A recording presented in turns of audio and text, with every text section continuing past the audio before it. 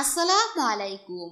আজকে আমরা আলোচনা করব স্বপ্নযোগে কোনো কিছু কাঁপতে দেখার ব্যাখ্যা কিরূপ হতে পারে। বাংলায় স্বপ্ন সংক্রান্ত যে কোনো ভিডিও পেতে আমাদের এই চ্যানেলটি সাবস্ক্রাইব করুন এবং পাশে থাকা বেল আইকনটি বাজিয়ে দিন, যাতে করে আমাদের এই চ্যানেলের যে কোনো ভিডিওর নোটিফিকেশন সর্বপ্রথম আপনার কাছে চলে যায়।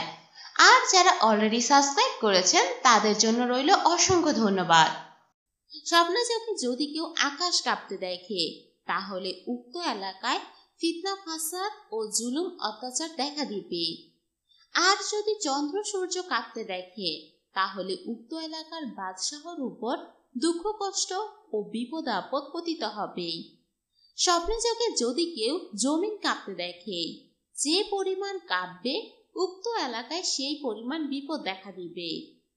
স্বপ্নযোগে যদি কেউ তারকারাজি কাঁপতে দেখে, তাহলে দেশের গণ্যমান্য ব্যক্তির মধ্যে মনের গরমিল ও ফিতনা ফাসাদ দেখা দিবে। আর যদি পাহাড় কাঁপতে দেখে, যেই পরিমাণ কাঁপবে সেই পরিমাণ বালা মুসিবত বিপদ আপদ উক্ত এলাকার উপর পতিত হবে। স্বপ্নযোগে যদি কেউ আরশ কাঁপতে দেখে, তাহলে উক্ত এলাকার আলেমদের ফাসাদ এবং আমানতের কমি বুঝাবে।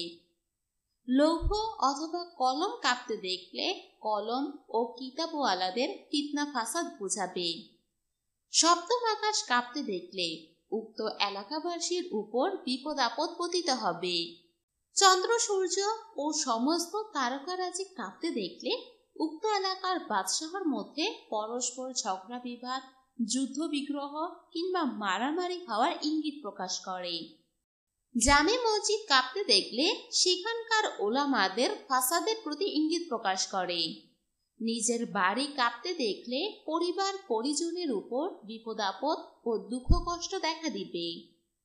নিজের শরীর কাঁপতে দেখলে এটা তার দিনের ফাসাদের প্রতি ইঙ্গিত করে। মোট কথা, দৃশ্য বস্তুর কোনো কিছু কাঁপতে দেখা মোটেও ভালো নয়। তো ভিউয়ার্স, এই ছিল আমাদের আজকের আলোচনার বিষয়। যদি এই বিষয়ে আপনার কোনো কিছু জানার থাকে কিংবা কোনো ধরনের প্রশ্ন থাকে, সেক্ষেত্রে অবশ্যই আপনার প্রশ্নটি কমেন্ট বক্সে লিখবেন। আমরা যথাসাধ্য আপনার এই প্রশ্নটির জবাব দেওয়ার চেষ্টা করব। আর আমাদের এই ভিডিওটি ভালো লেগে থাকলে অবশ্যই লাইক, কমেন্ট এবং শেয়ার করবেন। আর বরাবরের মতো সবসময় আমাদের পাশে থাকবেন। সবাইকে ধন্যবাদ।